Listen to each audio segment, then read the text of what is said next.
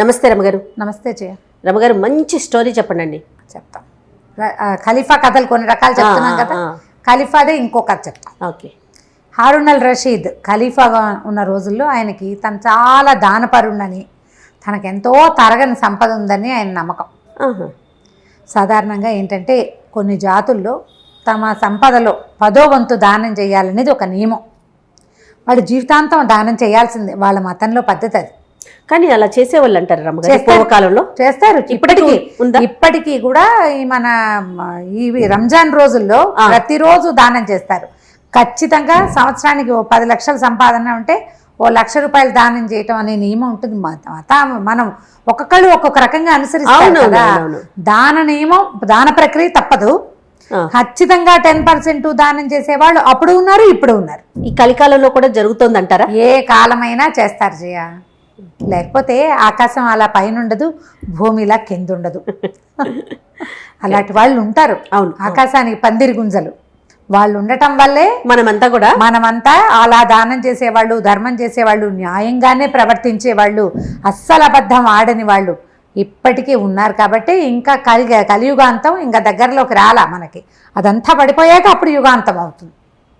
కొద్దిమంది ఉంటారు. శాంతం లేదు అనుకోటానికి లేదు, ఉండదు. దానం చేసేవాడు బాగా, తనంత దానపరుడు తనే అనిపించేది ఆయనకి.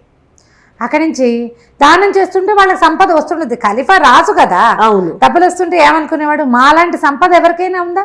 ఖలీఫాల గుప్తధనం అని ఒక నావెల్ కూడా ఉంది. అది ఇంకా చెప్పలేదు, అది కొంచెం మర్చిపోతానేమో అని అనుమానంతో పేర్లు తమాషాగా ఉన్నాయి, నేను చెప్పట్లా. ఆ గుప్తధనం కూడా తన దగ్గరికే వచ్చేసింది కాబట్టి అబ్బో మా దగ్గర ఎంతో ఉందనుకునేవాడు. దానం చేసేవాడికి నేను బాగా చేస్తాను అనే ఫీలింగ్ ఉండకూడదు, అది తప్పు. ఓకే. దానం ఎంత కరెక్టో నా అంత దానపరుడు లేడనే భావన తప్పు. కర్ణుడి కథల్లో చెప్తారు, కుడి చేతితో చేస్తే ఎడం చేతికి తెలియకూడదు. ఎడం చేతి వైపు ఉన్నప్పుడు ఎవరైనా అడిగితే కుడి చెయ్యి మారే లోపల బుద్ధి మారిపోతుందని ఎడం చేతితోనే దానం చేసేవాట. అలాంటి కథలు కూడా ఉన్నాయి. ఇలా గొప్పలు చెప్పుకునేవాడు. చెప్పుకుంటుంటే జఫర్ అని ఈయన దగ్గర ఉన్న మంత్రి, మనం ఇదివరకటి కథలో విన్నాం జఫర్ పేరు. ఆ జఫర్ అంటే ఆయన పక్కనే ఉండేవాడు, అంగరక్షకుడు అనమాట. అయితే ఈ జఫర్ని ఏదో మాటల మధ్యలో, జఫర్ నువ్వు చెప్పు, నాలాంటి దానపరుడు ఇంతకు ముందు ఎక్కడైనా కథల్లో విన్నావా నువ్వు, ఇక ముందు ఉండబోతారంటే ఏలిన వారు క్షమించాలి, మీరు ఇలా చెప్పకూడదు, అల్లా ఇచ్చింది అల్లాకే ఇస్తున్నాను అనుకోవాలి. ఒకటి, మన సంపదను ఒక సంపద కాదు, మా దానం ఒక దానం కాదు.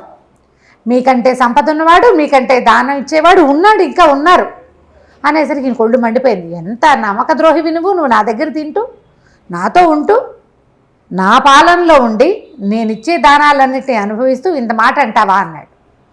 మాట అంటానికి ఏముంది ప్రభు, మీరు నిజం అడిగారో చెప్పారు. బస్రా నగరంలో ఒక కుర్రాడు ఉన్నాడు, వాడి పేరు అబూ అల్ కాసిం. వాడి పేరు కాసిం అని పిలుస్తారు, అబూ అని కూడా అంటారు. వా అబ్బాయి ఎంత దానపరుడు అంటే, వాడి దగ్గర ఎంత తరగని సంపద ఉందంటే, వాడు రోజు పుంఖాలుగా దానం చేసేస్తూ ఉంటాడు. ఏదో నాకు కలిగింది ఇచ్చానని దీనంగా మొహం పెడతాడు. రేపటికి మళ్ళీ దానానికి డబ్బు ఉంటుంది వాడి దగ్గర. శభాష్. ఎంత వినయశీలో వాడు, కుర్రాడు, యువకుడు, బ్రహ్మచారి, అపరిమిత దానశీలి. బస్రాలో అడుగు పెడితే వాడి పేరు తలవకుండా పూట గడవదు. మనం ఎవరితో మాట్లాడినా వాళ్ళు అబూ పేరు చెప్తారు. బస్రాలో వాడి చేతి దానం తీసుకొని ప్రాణి లేదంటే నమ్మాల్సిందే, మీరు లేరు ఎవరు అనేసరికి గొళ్ళు మండిపోయింది. జఫర్ని బంధించండి అని వీడి సంగతి చెప్తారు రేపు పొద్దున అన్నాడు. ఆయన కోపం వచ్చేసింది అనమాట. జఫర్ని బంధించేశారు. ఈయన రైరేమని పరిగెత్తుకుంటూ వెళ్ళిపోయాడు. ఇంత విసుగులు ఆయన ఏం చేశాడు, తన మందిరానికి వెళ్ళకుండా జనానాకి వెళ్ళాడు. అక్కడ ఈయన భార్య జుబేదా, రాణి జుబేదా ఆవిడ. ఈయన రివరివలాడుతూ వచ్చింది, మొహం ఎర్రగా అయిపోయింది. ఆయన కోపం వచ్చేసింది. తను అవమానింపబడ్డాడు. తను ఎదురుకుండా, రాజు ఎదురుకుండా భగవంతుడిని తప్ప ఇంకోళ్ళని కీర్తించకూడదు. ఎవడో మనిషి కీర్తించబడ్డాడు. ఆయన మొహం ఎర్రగా కందిపోయింది, ధుమధుమలాడుకుంటూ వచ్చాడు. పైగా ఆయనకి ఏం బాధగా ఉంది, ఎప్పటి నుంచో తనకి నమ్మకస్తుడైన జఫరు తనకు నమ్మక ద్రోహం చేశాడు. అతన్ని బంధించాల్సి వచ్చింది. ఆ కోపంతో ఆయన చాలా ధోరణిగా వచ్చాడు. వచ్చేసరికల్లా ఈవిడేమనుకో, ఓహో ఈయన ఏదో మంచి కోపం మీద ఉన్నాడని ఆయనకి గులాబీల షర్బత్ ఇచ్చి చల్లబడతారనమాట. ఎండాకాలం పడుకోండి, ఇది రూ అఫ్జా లాంటిది, మొగలి పువ్వులు అవి ఉండే పరిమళ ఉండే ఒక మంచి తాజా షర్బత్ ఒకటి ఇచ్చి ఆయనకి కాళ్ళ కింద నీళ్ళ గిన్నె ఒకటి పెట్టించి కాళ్ళు చల్లబడేలాగా చేసి కోపం తగ్గాక ఏమిటి సంగతి అని కనుక్కుంది. చెప్పాడు జఫర్ ఎంత నమ్మక ద్రోహి తెలుసా, నా ముందు వాడు ఎవరినో పొగిడాడు అన్నాడు. అనేసరికి ఆవిడంది, లేకుండా ఎందుకు పొగుడతాడండి, ఉన్నాడేమో అసలు కనుక్కోండి. బసరా ఎంత దూరం, 2-3 రోజుల ప్రయాణం, వెళ్తారు, ఎవరినో పంపించండి. వాడు అసలు బసరాలో వీడు చెప్పిన అబూ అల్ కాసిం ఉన్నాడా, కాసిం అనేవాడు ఉన్నాడా, వాడికి నిజంగా తరగని సంపద ఉందా, వాడు నిజంగా దానపరుడా, కనుక్కుంటే జఫర్ ఆ మాట అవునో కాదో తేలుతుంది మనకిను. వృధాగా జాఫర్కి శిక్ష వేయటం ఎందుకు, పైగా రేపొద్దున వీడికి శిరచ్ఛేదం చేయండి, ఇలాంటి మాటలు ఎందుకు మాట్లాడాలి, మనం కనుక్కొని మాట్లాడాలి కదా. ఇప్పుడు ఎవరో ఉన్నారని చెప్పకుండా ఫలానా ఊళ్ళో ఫలానా వాడు అన్నాడంటే నిజమై ఉండొచ్చు. దాంతో ఈయన కొంచెం చల్లబడ్డాడు. సరే ఏమనుకున్నాడు, సాధారణంగా జఫర్ ఇట్లాంటి పిచ్చి పిచ్చి మాటలు మాట్లాడేవాడు కాదు, చూడుగా చక్కగా మాట్లాడతాడు. అతను నా గురించి ఆలోచించుకుని సరే వాళ్ళెవరినో పంపటం ఎందుకు, ఆ బసరా నేనే వెళ్తా అన్నాడు. రాణిగారు 2-3 సార్లు వారిచ్చింది కానీ నేను వినేలాగలేడు. సర్లే అని వదిలిపెట్టేసి సరే ఏం చేశాడు, మర్నాడు పొద్దున ఈయన బయలుదేరి ఒక వ్యాపారస్తుడి వేషం వేసుకుని బసరా నగరానికి వెళ్ళాడు. ఓ 3 రోజుల ప్రయాణం చేశాడు ఒంటెల మీద. కొంత చిన్న పరివారాన్ని తీసుకెళ్ళాడు. ఎక్కువ మందిని, రాజుగారికి వీళ్ళు ఉంటారు కదా ఆంతరంగికులు కొంతమంది, ఆయనకి బోరు కొట్టకుండా ఉంచేవాళ్ళు, సేవకులు, తర్వాత ఏమో మన అంగరక్షకులు కొంతమంది ఉంటారు. ఈ ఉన్న గుంపును తీసుకుపోయాడు, చిన్న గుంపుని. వెళ్ళాక బసరా నగరంలో ఓ సత్రం ఏదో తీసుకున్నారు. తన మొత్తం గుంపు అంతటిని మీరు ఒక చోట ఉండండి, నాతో ఎవరు లేరన్న సినిమా ఇవ్వాలి ఇక్కడ అని చెప్పాడు. సరే అది కూడా అక్కడి నుంచి ఈ సత్రంలో నుంచి బయటకు వచ్చి ఎవరో ఒక చిన్న వ్యాపారస్తుడు ఒకడు ఉంటే, చిన్నవాడు అంటే మన చిరుతిండి అవి అమ్మేవాళ్ళు అట్లా వాళ్ళు కనపడ్డారు. కనపడితే ఏమంటే ఈ ఊళ్ళో అబూ అల్ కాసిం అని ఎవరో ఒక ఆయన ఉన్నట్ట అంటే, ఆ కాసిం పేరు తెలియని వాడు ఎవడండి, రాజుగారి ఇల్లు అన్నా తెలియదు కానీ ఒక కాసిం ఇల్లు తెలియని వాడు ఎవడు ఉండడు, ఆయన చేతి దానం తినని వాడి ఊళ్ళోనే లేడు, ఇగో ఇలాగ వెళ్ళాలి అలాగ వెళ్ళాలని దారి చూపించాడు. దారి చూపిస్తే సరే ఇతను ఏం చేశాడు, ఆ కాసిం గారింటికి బయలుదేరాడు. వెళ్తే అదొక చక్కటి సౌధం, చాలా బాగుంది. లోపలికి వెళ్ళాడు. ఆ బయటికి వెళ్ళి నేను బాగ్దాద్ నుంచి వచ్చిన ఒక వ్యాపారస్తుడిని అబు గారిని చూడడానికి వచ్చానని కబురు చేశాడు. ఒక బానిసల అంతా బానిసల మయం, బానిస అని ఆడ బానిస, మగ బానిస, నల్ల బానిస, తెల్ల బానిస ఇలా పేర్లు రాస్తారు ఆ కథలో. అక్కడి నుంచి బానిస లోపలికి వెళ్ళి వ్యాపారస్తుడు ఎవరు వచ్చారంటే ఆ ఇంటి యజమాని గబగబా పరిగెత్తుకుడు లోపలికి ప్రవేశపెట్టమని ఆయన లోపలికి కూర్చోలే, ఆయనే బయటకు వచ్చాడు. ఆ వచ్చిన వాడు ఒక కుర్రాడు, మంచి స్ఫురద్రూపి, 25 ఏళ్ళు 28 ఏళ్ళు అలా ఉంటాయి. చక్కగా తలతల్లాడే బట్టలు అవి వేసుకున్నాడు, మంచి కళ్ళగా ఉన్నాడు, వినయశీలుగా కూడా ఉన్నాడు. రండి దయచేయండి, మా ఇల్లు పావనం చేశారు, ఏం పని మీద దయచేశారు, రండి వాళ్ళన్న ఆతిథ్యం స్వీకరిద్దురు కానీ అని చెప్పి లోపల తీసుకెళ్ళాడు. లోపల తీసుకెళ్తే ఎంత బాగుందో ఇల్లు చాలా బాగుంది భవనం. అక్కడి నుంచి అసలు పచ్చలతోటి వాటితోటి తోరణాలు, దీపాలకు బదులు కెంపులు, వాటి మీద ఒక దీపం పెట్టారు, ఒక్కొక్క కెంపు పెడితే ఈ దీపం కెంపు మీద పడి ఇట్లా వెలుగొస్తుంటుందన్నమాట. లోపలంతా చల్లగా ఉంది. కాళ్ళు కడుక్కోవడానికి నీళ్ళు ఇచ్చారు. ఆ నీళ్లు ఇవ్వటం ఏంటి, నువ్వు చెబుతా నువ్వు పోసుకోమనలేదు, ఒక పెద్ద బైసిని తెచ్చి దాని నిండా చల్లటి నీళ్లు గులాబీ అత్తర్ లాంటిది ఏదో కలిపి అందులో కాళ్ళు పెట్టించారు. అక్కడి నుంచి తీసి మామూలు నీళ్ళల్లో పెట్టించారు. ఇంకోళ్ళు కాళ్ళు తుడిచారు, పక్కన నుంచి గాలి విసురుతున్నారా. అసలు ఎంత బాగుందో, ఆశ్చర్యపోయాడు. ఊరిని ఏంటి ఇంత ఇల్లా, ఎవరికైనా ఇంత సేవ చేస్తారా అని ఆశ్చర్యపోయాడు. చక్కటి మంచి సుగంధ ద్రవ్యాలు వేసిన షర్బత్ ఒకటి పట్టుకొచ్చి ఇచ్చారు. ప్రయాణం ఎట్లా జరిగింది, మీరు ఏం వ్యాపారం చేయబోతారు, ఏవో 2-3 ముక్కలు అడిగాడు కానీ ఈయన సొంత వివరాలు అతనేం అడగటల్లా. ఊరంతా చూసారా, బసరా నగరం బాగుంటుంది, ముత్యాలు అవి చాలా బాగా మేలి ముత్యాలు దొరుకుతాయి మా ఊళ్ళో, ఇలా సాధారణ మాటలు మాట్లాడాడు. మాట్లాడాక ఏం చేశాడంటే ఈయనకి తినడానికి ఏవో ఎన్ని రకాలవో పళ్ళ ముక్కలు, నేనైతే నా అతిథులు ఎవరికి నేను ఇంత చేయట్లేదు అనిపించేసింది దీనికి. ఖలీఫాకి 3-4 రకాల పానీయాలు పట్టుకొచ్చారు. మొదట సేద తీర్చడానికి ఒకటి ఇచ్చారు. అక్కడి నుంచి ద్రాక్షతో ఖర్జూరాలతో చేసిన రకరకాల డ్రింకులు తెచ్చారు. అన్నిటికీ పేర్లు చెప్పారు, మీకు ఏది కావాలంటే అది తీసుకోండి, కావాలంటే అన్నీ కూడా రుచి చూడొచ్చు, ఇవేవి ఒకటికొకటి విరుద్ధం కాదు. అక్కడి నుంచి తర్వాత ఏమో పళ్ళు పట్టుకొచ్చారు, తినుబండారాలు పట్టుకొచ్చారు. అసలు ఒక తెచ్చిన మనిషి తెచ్చింది తేకుండా తెచ్చేస్తున్నారు మనుషులు. మళ్ళీ గొడవగా హడావిడిగా ఏమిటో గుంపుగా లేరు, ఒక సుశిక్షితులైన సైనికుల్లాగా ఒక 6 వస్తారు, 6 పదార్థాలు పుచ్చుకుని. వాళ్ళు వెళ్ళిపోగానే డ్యాన్స్ అరీనా మీదకి వస్తూ ఉంటారు కదా సర్కస్లో, ఒకళ్ళ తర్వాత ఒకళ్ళు అలా చక్కగా వచ్చి వరుసలుగా అన్నీ అందించి వెళ్ళిపోతున్నారు. ఈయన చాలా సంతోషించాడు. బాగా రిలాక్స్ అయిపోయాక ఇతను లోపలికి వెళ్ళి ఏం చేశాడు, ఒక ఇంత చెట్టు, దాని నిండా అది ఎలా ఉందంటే వెండితో చేసిన చెట్టు, దానికి కాయలు పువ్వులు అన్నీ వేళ్లాడుతున్నాయి. ఆ చెట్టు కింద ఒక చక్కటి నెమలి బొమ్మ ఉంది. ఒక పుల్ల లాంటిది ఒకటి పుచ్చుకొచ్చాడు. ఆ చెట్టు ఆ నెమలి పెట్టాడు ఇతనికి ఎదురుకుండా బల్ల మీద. తన చేతిలో ఒక పుల్ల పెట్టుకుని ఆ పుల్లతో ఆ నెమలిని అట్లా కొట్టేసరికల్లా ఆ నెమలి గిర్రమని అలా తిరగటం మొదలుపెట్టింది. ఆ చెట్టు చుట్టూ తిరుగుతుంది. అది తిరుగుతుంటే అది పింఛం వీడుస్తుంటే దాని లోపల నుంచి రకరకాల సుగంధాలు, ఎన్ని రకాలు, ఎంత బాగుందో. ఆయన అట్లా మైమరిచి చూస్తూ ఉండగా చటుక్కున అతను ఏం చేశాడు, ఆ చేత పుచ్చుకుని లోపలికి వెళ్ళిపోయాడు. నువ్వు ఒక వస్తువు చూపించావు, నువ్వు పూర్తిగా చూసి ఇదంతా ఏమిటి కనుక్కునే లోపల అవతల వాళ్ళు తీసిస్తే నీకేమనిపిస్తుంది? అదే కదా, ఆశాభంగంగా ఉంటుంది. నేను తెలిపాడు, ఇదేమిటి అతిథిని ఇట్లా అవమానిస్తాడా వీడు అనిపించింది. లోపలికి వెళ్ళిపోయి మళ్ళీ ఒక 5 నిమిషాలాగా వచ్చాడు. ఒక పాత్ర పట్టుకొచ్చాడు. పాత్ర అతను తేల వెనకాల ఒక బానిస కుర్రాడు వచ్చాడు. వాడి చేతిలో ఇట్లా పాత్రలే ఉంది. అది ఎలా అంటే పాన పాత్ర, మామూలు డ్రింక్స్ తాగుతారు కదా ఆ పాత్ర, కెంపు పాత్ర. అది ఒక పెద్ద కెంపుని మలిచారు ఇట్లా. ఆ కెంపులో ద్రాక్షాసవం పోసి చేతికిచ్చాడు. అసలు ఆ పాత్రే ఎంత బాగుందో, భలే అందంగా ఉంది. ఆ పాత్ర తీసుకున్నాడు.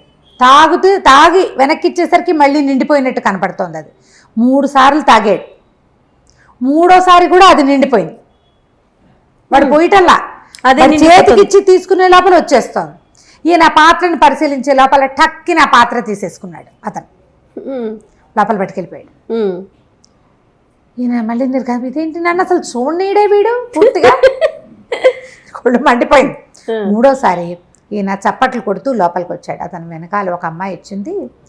ఎంత బాగుందో చెప్పరానంత సౌందర్యవతి, ఒళ్ళంతా వజ్రాలే, ఆభరణాలు, వస్త్రాలు లేవు, వజ్రాల ఆభరణాలే వస్త్రాలుగా ఉన్నాయి. అక్కడి నుంచి ఒక చిన్న సితార్ లాంటిది ఒకటి పట్టుకొచ్చింది, మ్యాండలీను బట్లాగా. అది టింగ్ టింగ్ కూర్చుని చక్కగా మహాసౌందర్యవతి అయిన ఒక అమ్మాయి, దాని శరీరం సగం బయటికే కనపడుతోంది. మ్యూజిక్ వాయించడం మొదలుపెట్టింది. అది పాట పాడుతుంటే ఈయన మైమరిచిపోయాడు. ఆ వాయిద్యం ఎంత బాగుందో, పాట ఎంత బాగుందో. ఆ పాట పూర్తయ్యాక అమ్మాయి దగ్గరికి వెళ్ళి ముట్టుకుందాం అనుకున్నాడు ఈయన. పాట పూర్తయ్యే లోపలే ఈయన చప్పట్లు కొట్టాడు. పిల్ల లేచి వెళ్ళిపోయాడు. మండిపోయింది ఈయనకి. వీడి ఆతిథ్యం మండినట్టే ఉంది. ఏది పూర్తిగా చూడనివ్వడు. ఇన్ని తాగేచ్చారు, ఇన్ని తిన్నిచ్చారు, బాగా నచ్చిన వస్తువును ముట్టుకొని ఇవ్వాలి కదా. ముట్టుకొని వెళ్ళి సరే నేను వెళ్ళొస్తానని బయలుదేరాడు. ఆ పెద్ద జఫర్కి చెప్తా, వీడి ఆతిథ్యం ఏడిసినట్టుంది, ఏవో ఇచ్చానంటున్నాడు, ఏమిచ్చాడో వీడు నాకు తెలీదు అని దుమ్ములాడుకుంటూ ఒళ్ళు మండిపోయింది లోపల. పైకి మాత్రం అనలా. ఏం చెప్పాడంటే, నేను వెళ్ళొస్తాను, మీ ఆతిథ్యం చాలా పరమాద్భుతంగా ఉంది, నేను ఇలాంటి చోటకి వచ్చినందుకు చాలా సంతోషిస్తున్నాను, ఇలాంటి అభినందన వాక్యాలు ఓ 3-4 చెప్పి సత్రానికి బయలుదేరాడు. లోపలంతా రుంజుకుంటూనే ఉన్నాడు. వీడి ఆతిథ్యం బాగానే ఉంది, కానీ అది ఫుల్ఫిల్డ్గా లేదే, పూర్తి చేయలే. మొదట ఒక నెమలి చూసాం, ఆ నెమలి ఎంత బాగుంది, దాన్ని ముట్టుకునే లోపలే తీసేసుకున్నాడు. ఆ కెంపు పాత్రని పరిశీలించే లోపలే తీసేసుకున్నాడు. ఆ పిల్లకి దగ్గరికి వెళ్ళి దాన్ని ముట్టుకునే సౌందర్యాన్ని చవి చూసే లోపలే వెళ్ళిపోయింది అది లోపలికి.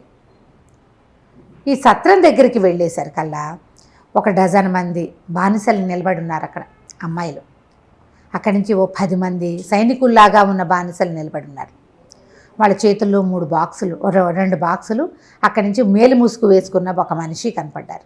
దగ్గరికి వెళ్ళేసరికల్ బానిసలందరూ నమస్కారం చేశారు. అయ్యా, మీరు అబూ అల్ కాసిం గారింట్లో ఆతిథ్యం తీసుకున్న ఫలానా వర్తకుడు గారే కదా, మీ వివరాలన్నీ తీసుకున్నాం, మీకు అక్కడ మీరు మేలుపడిన 3 వస్తువుల్ని మీకు అప్పచెప్పమని చెప్పారు అని చెప్పి మొదటిది బాక్స్ ఓపెన్ చేశాడు. అది ఇంత వెండి చెట్టు, నెమలి బొమ్మ. 2వ బాక్సులో కెంపు పానపాత్ర. 3వది మేలు ముసుగు వేసుకున్న అమ్మాయిని ఓపెన్ చేసి చూస్తే ఆ మ్యాండలిన్ వాయిస్తూ నుంచి పాడింది కదా సంగీతం, ఆ పిల్ల అక్కడ నుంచి ఉన్నారు. ఈ 3 వస్తువుల్ని మీకు అప్పచెప్పమన్నారు మా కాసిం గారని. తను నిర్కాంతపోయాడు. ఏమిటి, నాకు నచ్చిన వస్తువుని నాకే సొంతం చేసేసే ఉద్దేశం పడింది, ఇదేం ఆతిథ్యం, అద్భుతం. వాళ్ళ ఇంట్లో ఉన్నది కాదు, నా ఇంటికి వచ్చాక నా వెనకాల పడి వచ్చేసేసి వాళ్ళు, నాకంటే ముందే వెనకాల పడరా, నేను ఇంటికి వచ్చేసరికల్లా నా దగ్గరికి ప్రత్యక్షం చేశాడు.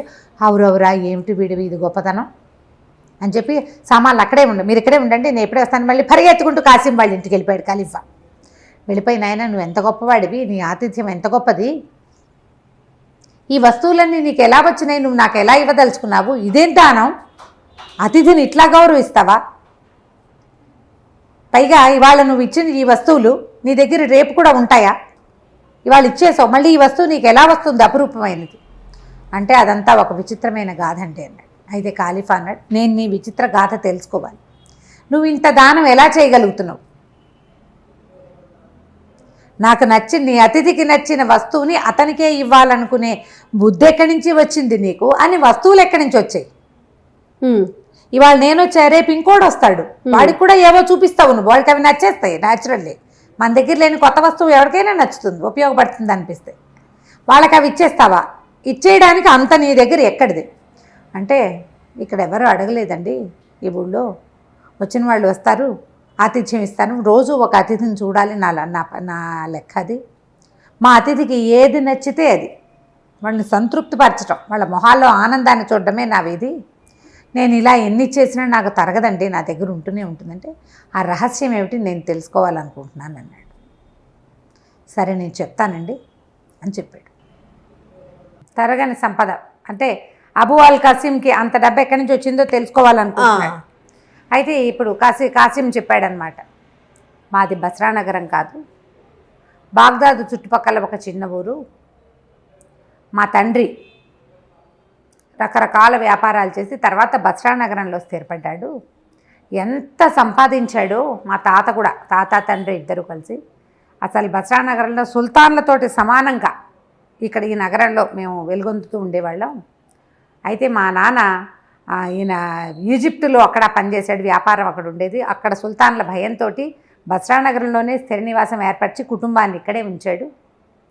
నేను ఈ నగరంలోనే పెరిగాను, ఎంతో హాయిగా ఉండేవాళ్ళం. మా నాన్న చనిపోయేటప్పటికి నాకు ఎంతో ఆస్తి ఇచ్చాడు. నేను ఈ అతిథులకి పెట్టడము, ఆటలు ఆడేయటము, ధారపోసేయటము, వాటితోటి మొత్తం సంపద అంతా అవగొట్టేశాను.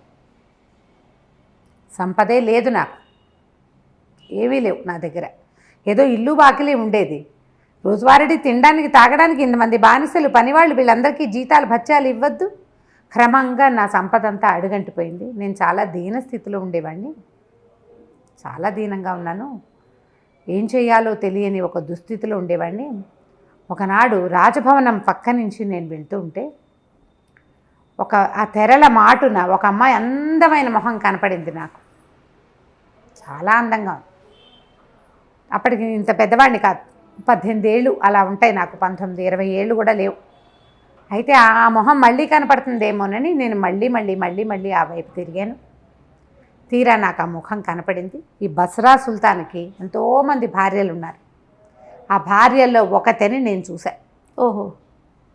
అయితే ఇంకా నాకు సంపద లేకపోయినా ఏదో తినడానికి ఉంది, నేను అక్కడక్కడే తిరుగుతూ ఆమెను ఆకర్షించడానికి ప్రయత్నం చేశాను, నా చిన్నతనంతో అనండి ఏదైనా కానీ. అయితే ఆమె ఏం చేసింది, కింద తోటలో తిరగడానికి వచ్చింది. నేను వెళ్ళి ఆమెను పలకరించాను, ఎవరికైనా తెలిస్తే కొంప మునిగిపోతుంది, నాకు నువ్వు నచ్చావు, కానీ బస్రా ఈ సుల్తాన్ భార్యలంటే సుల్తాన్ తోటి సంబంధ బాంధవ్యాలు ఉండవు, పాడుండవు, ఎవరికి వాళ్ళకి ఏవో ఒక మందిరం ఏర్పరుస్తారు, ఆ మందిరాల్లో పడుంటారు. వస్తే సుల్తాన్ ఒకసారి వస్తాడు ఎప్పుడో, సుల్తాన్ భార్య అని ముద్ర ఉంటుంది, ఇతరులు ఎవ్వరూ దాని వైపు చూడకూడదు, ఇంకా జనానాలోకి ప్రవేశపెట్టబడతారు. వాళ్ళు లోకల్ స్నేహాలు ఏమైనా చేసేస్తూ ఉంటారు, బయటపడితే ప్రాణాపాయం, పట్టుపడకుండా ఉంటే ఏదో వేషం వేస్తూ ఉంటారు. ఈ పిల్ల చాలా చిన్నది, ఇప్పటిదాకా నేను సుల్తాన్ మొహమే చూడలేదు, నేను అందగత్తనని ఉంచుకునే వాళ్ళుట. ఆ కథల్లో అలా కనపడతాదండి, మనకు మాత్రం ఏం తెలుసు, మనం చూసాము, మన దేశంలో జరిగే వ్యవహారం కాదు కదా, అంచేత మనకు తెలియదు. ఈ అరేబియన్ నైట్స్ కథల్లో అలాంటివి చూపిస్తారు. ఓకే. సంవత్సరానికి ఒకసారి కూడా సుల్తాన్తో గడిపే టర్న్ రాని వాళ్ళు కూడా ఉంటారు, అలా కూడా ఉంటుంది, ఆ కథల్లో చూపిస్తారు, మనకు తెలియదు. ఆ కథల్లో విని ఓహో కామోసుకో అనుకోవాలి మరి, అంతే. అయితే ఏమైంది, సరే ఏమందంటే నువ్వు రా మన ఇద్దరం పని చేద్దామని పిలిస్తే ఆనాటి రాత్రి ఆమె ఎలా దారి గుర్తు రాసిచ్చింది ఎట్లా రావాలో. ఆనాటి రాత్రి మేము పైకి వెళ్ళాం. మా కర్మగాలి ఆ రోజే సుల్తాన్ వచ్చే రోజు అయింది, ఆమె జీవితంలో మొదటి రోజు అదే. అబ్బా. అయితే ఇది ఎట్లా ఒక పెద్ద నదిని ఆనుకుని సౌధం, ఆ సౌధానికి ఒక పక్కన పెద్ద తోట అట్లా ఉన్నాయి. అయితే ఏమైంది, మేమిద్దరం మనసు విప్పి మాట్లాడుకున్నాం. చెప్పాను నేను, నాకేం సంపద లేదు, ఏమి లేదు, ఏమీ అక్కర్లేదు, ఈ సుల్తాన్ తోట ఉండటం ఎందుకు, ఒక మగవాడికి పరిచర్య చేస్తూ వాడు చక్కగా సంపాదించి పెడుతుంటే తినాలని, సాధారణ జీవితం గడపాలని కోరుకుంటున్నానని చెప్పింది. అమ్మాయి పేరు లబీబా అనుకుంది. మేమిద్దరం ప్రేమించుకున్నాం. ఆ కాసేపట్లోనే ఒకళ్ళ మనసులో ఒకళ్ళకి పుచ్చుకున్నాం. ఇంతలో పెద్ద సందడి వచ్చింది. బానిసలు బోల్డంత మంది వచ్చారు. రాజు వచ్చే ముందు అట్లా వచ్చి అన్ని తలుపులు తీస్తారు. ప్రతి గది తలుపు తీయబడుతుంది. ఈ అమ్మాయి గది తీయబడింది. అమ్మో ఎవరో వస్తున్నారని నేను పారిపోయే లోపల బానిసలంటే ఏదో మామూలుగా పనిచేసేవాళ్ళు కాదు, వాళ్ళు రాజుగారి వెనకాల ఉండేవాళ్ళు. ఒక రకంగా చెప్పాలంటే అంగరక్షకులు లాంటి వాళ్ళు. ఇద్దరు చెరో పక్కన ఒడిసి పట్టుకుని నన్ను లబీబాని కూడా నదిలోకి విసిరేసేశారు. రాజద్రోహ నేరం కింద ఆ అమ్మాయిని నదిలో పారేశారు, నన్ను కూడా పడేశారు. ఊహించని ఈ ప్రమాదానికి ఆ అమ్మాయి ఎటుకొట్టుపోయి చచ్చిపోయిందో ఏమో దొరకలేదు. నేను మాత్రం ఎట్లాగొట్లా ఆ నదిని దాటుకుని బయటపడ్డాను. బయటపడి దీన స్థితిలో ఉన్నాను. అయితే ఏమైందంటే వ్యాపారస్తుల బజార్లోకి వెళ్ళా. ఏం చేయాలో తెలియలే. ప్రేమికుడైపోయాడు వీడు.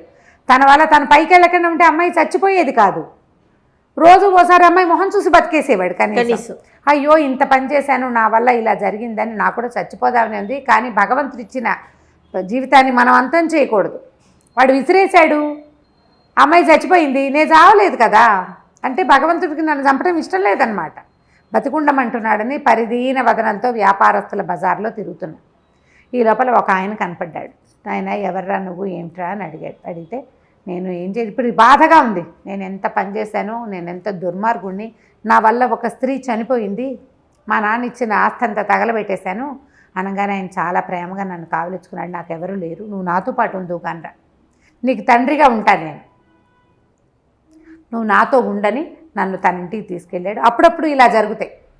మనం ఒకళ్ళ మరణాలకి కారణమవుతాం, అలాగే ఒకళ్ళ అభ్యున్నతికి కూడా అనుకోకుండా మనం కారణమవుతాం. ఇప్పుడు ఆ అమ్మాయి చనిపోకపోతే నువ్వు నా దగ్గరికి చేరేవాడివి కాదు. చూసావా అమ్మాయి నీ ఉన్నతికి కారణమైంది అని నన్ను ఒప్పించాడు. నేను ఆయనతో పాటు ఉన్నాను.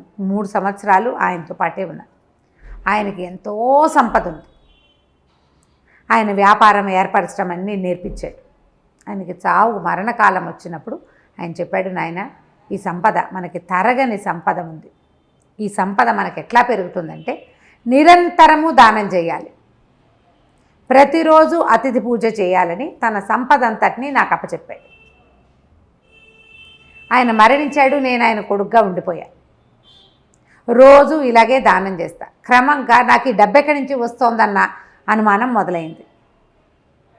ముందు ఒక సైనికాధికారి వచ్చాడు, ఒక అధికారి, చిన్న అధికారి వచ్చాడు. ఈరోజు దానం చేసేవాడి దగ్గర డబ్బు ఎక్కడిది అనేది ముందు మనం ఎదిరించి ఏదైనా ఒక రిపోర్ట్ వెళ్ళాలంటే ముందు చిన్నవాడు కదా వచ్చి చూస్తాడు, చిన్నవాడే పెద్దవాడికి ఇస్తాడు. ఈ చిన్నవాడు వచ్చాడు. వచ్చినప్పుడు ఏం చెప్పాడంటే, మా ఇంట్లో ఒకే ఒక ఆవు ఉండేది, ఆ ఆవు కూడా తిండి లేదు, ఈ మధ్య చచ్చిపోయింది, మాకు రొట్టెలు లేవు, పాలు లేవు, ఆవు లేదు అని చెప్పాడు. సరే నీకు రొట్టెలకి ఎంత అవుతుంది, ఆవుకి ఎంత కావాలి, నీకు ఎంత ఆవుకి కొనుక్కోవడానికి ఎంత కావాలని అడిగాను. 10 వరహాలు ఉంటే చాలు అన్నాడు. ఏమిటది, లంచం అనమాట. 10 కాదు 100 ఇస్తా, నెలకి 100 వరహాలు ఇస్తాను, తీసుకెళ్ళు, నువ్వు ఎక్కడుంటే అక్కడికి మీ ఇంటికి పంపిస్తా, ఈ దానం ఎక్కడి నుంచి చేస్తున్నానో నువ్వు అడగద్దు అని చెప్పాడు. సరేనన్నాడు. అప్పటి నుంచి ఇప్పటిదాకా వాళ్ళ ఇంటికి ప్రతి నెల 100 వరహాలు వెళ్ళిపోతాయి, వాడి పని అయిపోతుంది. అక్కడి నుంచి ఒక కాజీ గారు వచ్చారు.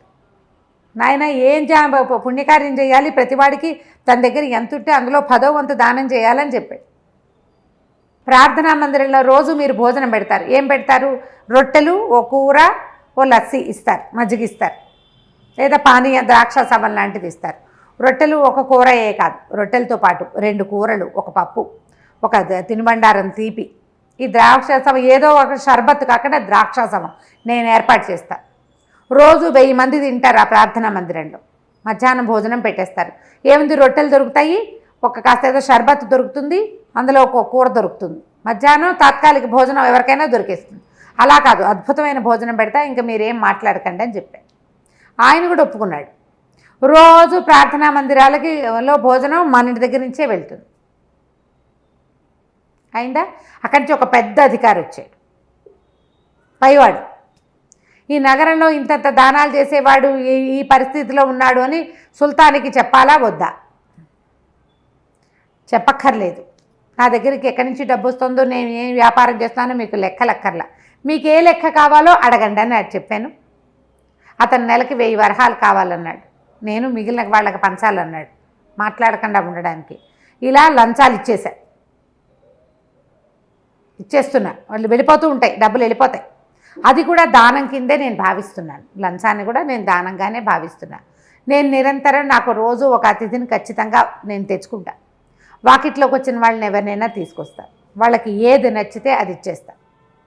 మరి ఇట్లా నీ దగ్గర సంపద తరిగిపోలేదా? ఎట్లా ఉంది నీకు ఆ సంపద? ఎక్కడిది? ఎవరిచ్చారు అంటే అతనే ఇచ్చాడని చెప్పాడు కదా.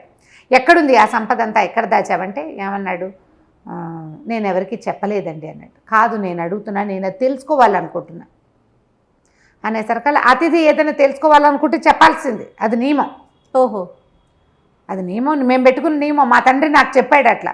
నీ అతిథి ఏది అడిగితే అది ఇచ్చేయాలి, నువ్వు ఏదైనా ప్రశ్న ఇస్తే సమాధానం చెప్పాలి. అందుకే ఈ కథ అంతా చెప్పా. సరే రండి, నేను మీకు చూపిస్తా. కాకపోతే ఏంటంటే మీ కళ్ళకు గంతలు కడతాను. నా దగ్గర ఎంత సంపద ఉందో చూదురు కానీ మీరు. కళ్ళకు గంతలు కడతా, నా చేతిలో కత్తి ఉంటుంది.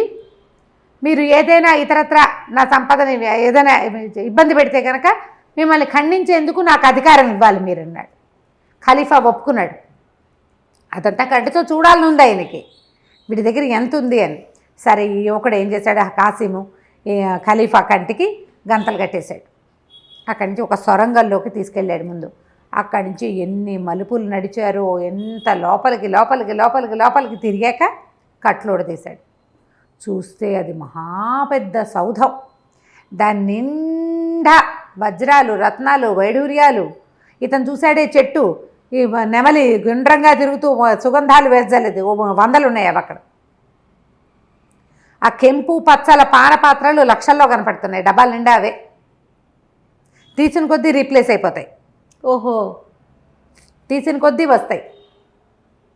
అపురూపమైన వస్తువులు ఒక గదుల నిండా ఉన్నాయి. ఇక అంతా ధనమే. ఆశ్చర్యపోయాడు తను. ఇంత ఉండి వాడు సింపుల్గా చాలా దీనంగా మీకు నేను సహాయం చేశానా, మీరు ఇదిగా ఉన్నారా, మీరు ఆనందించారా అంటాడు. అక్కడి నుంచి చాలా అద్భుతంగా చేశానంటే అల్లా ఇచ్చింది అల్లాకే ఇస్తున్నానంటాడు. వినయశీలిగా ఉన్నాడు. ఆశ్చర్యపోయాడు ఆయన. మొత్తం అంతా తిరిగి చూసి, నీ దగ్గర ఉన్న సంపద భూప్రపంచంలో ఎవరి దగ్గర లేదు, ఖలీఫా దగ్గర ఉండే అవకాశం లేదు. ఖలీఫాకి తెలుసు తన దగ్గర ఏముందో. కళ్ళగంతలు కట్టే పైకి వెళ్ళిపోతా ఉన్నాడు. వెళ్ళిపోయాడు. వెళ్ళి సత్రానికి వెళ్ళిపోయాడు. తనకిచ్చిన 3 యాక్సెప్ట్ చేశాడు. అవి తన బాగ్దాద్ నగరానికి తీసుకెళ్ళాడు. భార్యకి చూపించాడు. ఆ అందంగా పాటలు పాడే అమ్మాయిని కూడా వాళ్ళ ఆస్థానంలో ఉంచుకున్నారు, జనానాలో ఉంచుకున్నారు. అమ్మాయి పాటలు పాడుతుండేది, ఆ పాటలు పాడే పిల్ల. అక్కడి నుంచి చెప్పాడు రాణికి, వాడి దగ్గరున్న సంపద చిన్నది కాదమ్మా, మనం 10 సార్లు హెచ్చవేసినా వాడి దగ్గరున్న గదుల్లో ఓ గదికి కూడా రాం మనం. అబ్బా, అంతుంది వాడి దగ్గర. కానీ వాడు చాలా వినయశీలి. మీరు సంతోషించారని దిగులుగా అడుగుతాడు. మీకు ఆనందం కలిగించానా, నేను మీకు సరిపడా సేవ చేశానా అంటాడు. అలాంటి వాడికి ఏదైనా చేయాలనుకున్నాడు. ముందు అతన్ని జాఫర్ని అరెస్ట్ చేయించాడు కదా, జాఫర్ని వదిలేసి జాఫర్కి క్షమాపణ చెప్పుకున్నాడు. నువ్వు చెప్పింది నిజం, అబూ అల్ కాసిం లాంటి దాతని నేను ఎక్కడా చూడలే, వాడి దగ్గర ఉన్న సంపద ఎవరి దగ్గర లేదు భూమి మీద అని చెప్పి వీటిని మనం గౌరవించాలి. ఎలా చేద్దాం అంటే, అప్పుడు ఆ బస్రా నగరం ఈయన పాలనలో ఉన్నదే, ఖలీఫా పాలనలో. అక్కడ ఏదో ఒక సుల్తాన్ ఉన్నాడు, నగర పాలకుడుగా చేద్దాం వీడిని అని భావించి, సరే అక్కడ పాలకుడు అని కాగితం రాసి పంపించద్దు, వాడిని మన ఇంటికి పిలుద్దాం, ఖలీఫా దగ్గరికి పిలుద్దాం, మన రాజ్యాన్ని పిలిచి బాగ్దాద్ నగరాన్ని పిలిచి చేద్దాం అనుకున్నాడు. సరే అంటే అభిషేకం చేయాలి, రాజ్యాభిషేకం లాంటిది. అతనికి ఆ పదవి ఇవ్వాలన్నమాట. కట్టబెట్టడానికి వచ్చిన క్రియ ఉంటుంది కదా. సరే ఉత్తరం రాశారు. ఖలీఫా నుంచి పిలుపు వచ్చింది. అబూ అల్ కాసిం ఏం చేశాడు, తన జనాలతోటి పాటు వచ్చాడు. వస్తే రాజుగారు చాలా సంతోషించి, అప్పుడు అతను గుర్తుపట్టాడు తన దగ్గరికి వచ్చిన వ్యాపారస్తులే ఖలీఫా అని. ఇద్దరు కావలించుకున్నారు.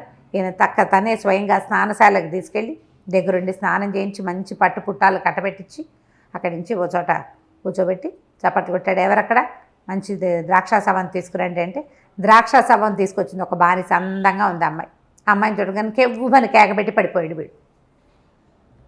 పడిపోయేసరికి రాజు ఆశ్చర్యపోయాడు. ఖలీఫా ఏమిటి, ఎందుకు పడిపోయాడని అతని మొహం మీద పన్నీర్ జరి లేపితే లబీబా అని ఏడ్చాడు. ఆ బానిసే లబీబా. ఓహో. ఇది ఒక విచిత్రం అనమాట. నదిలో పడిపోయిన ఆ లబీబా ఒక బెస్తవాడికి దొరికింది. అతను బతికిచ్చి ఈ అమ్మాయిని రాజస్థానానికి బానిసగా అమ్మేశాడు. అప్పట్లో పద్ధతులు అవి. స్త్రీలను బానిసలుగా అమ్మేసేవాళ్ళు, పురుషులు కూడా అమ్మేసేవాళ్ళు. వాళ్ళకి దొరికితే అమ్మేయడమే, కట్టేసి అమ్మేస్తారు అంతే. ఇంకా తప్పించుకోలేకపోతే ఇక అక్కడ పడి పని చేసుకుంటూ అంతే. పారిపోయేవాడు పారిపోతూ ఉంటాడు. అయితే ఆ లబీబాని చూడంగానే రాజుగారు అన్నాడు, సరే ఈ అమ్మాయి చూడు ఎంత అందంగా ఉంది, సుల్తానికి భారీగా ఉండవలసింది చచ్చిపోయి మళ్ళీ ఇక్కడ బతికి ఇక్కడ ఇలా వచ్చిందని వెంటనే ఆ అమ్మాయి బానిస పదవి నుంచి ఇచ్చేసి ఆ అమ్మాయిని ఇచ్చి కాసింకి ఇచ్చి పెళ్లి చేసి అతన్ని బస్రా నగర పాలకుడుగా నియమించి సంతోషంగా మళ్ళీ సాగనంపారు. కథ కంచికి మనం ఇంటికి. నమస్తే రమ్మగారు. నమస్తే చేయండి.